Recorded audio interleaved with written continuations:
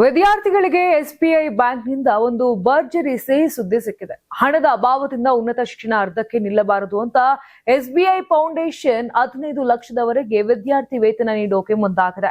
ಈ ಸುವರ್ಣಾವಕಾಶದ ಬಗ್ಗೆ ಪೂರ್ತಿ ಮಾಹಿತಿಯನ್ನ ಹೇಳ್ತಾ ಹೋಗ್ತೀನಿ, ವಿಡಿಯೋನ ಕೊನೆವರೆಗೂ ನೋಡಿ. ಹೌದು, ಎಸ್ಬಿಐ ಪ್ಲಾಟಿನಂ ಜುಬಿಲಿ ಆಶಾ ಸ್ಕಾಲರ್ಶಿಪ್ 2026 ಯೋಜನೆಯಡಿ 9ನೇ ತರಗತಿ ಶಾಲಾ ಮಕ್ಕಳಿನಿಂದ ಹಿಡಿದು degree, post graduation, MBBS, IIT, IIM ಹಾಗೂ ವಿದೇಶದಲ್ಲಿ ವ್ಯಾಸಂಗ ಮಾಡುವ ವಿದ್ಯಾರ್ಥಿಗಳಿಗೆ 15,000ದಿಂದ ಹಿಡಿದು ಬರೋಬ್ಬರಿ 15 ಲಕ್ಷದವರೆಗೆ ಹಣಕಾಸಿನ ನೆರವು ಸಿಗಲಿದೆಯಂತೆ.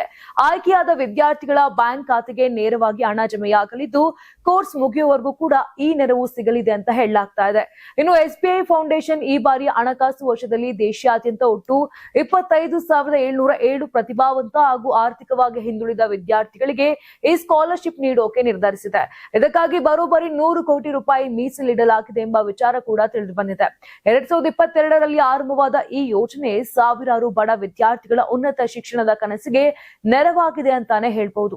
ಹಾಗಾದ್ರೆ ಈ ವಿದ್ಯಾರ್ಥಿ ವೇತನ ಯಾರಿಗೆಲ್ಲ ಸಿಗುತ್ತೆ ನೋಡ್ತಾ ಹೋಗೋಣ ಬನ್ನಿ.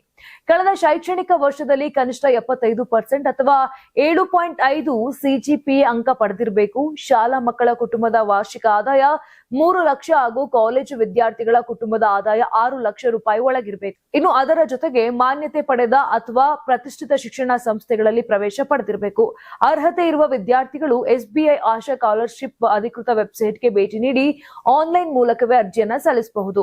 ಇನ್ನು ಅರ್ಜಿ ಸಲ್ಲಿಸಲು ಸೆಪ್ಟೆಂಬರ್ 4, 2026 ಕೊನೆಯ ದಿನಾಂಕವಾಗಿದೆ. ಹಾಗಾಗಿ ತಡ ಮಾಡದೆ ಈಗಲೇ ನಿಮ್ಮ ಅರ್ಹತೆ ಚೆಕ್ ಮಾಡಿಕೊಂಡು ಆನ್ಲೈನ್ ನಲ್ಲಿ ಅಪ್ಲೈ ಮಾಡಿ.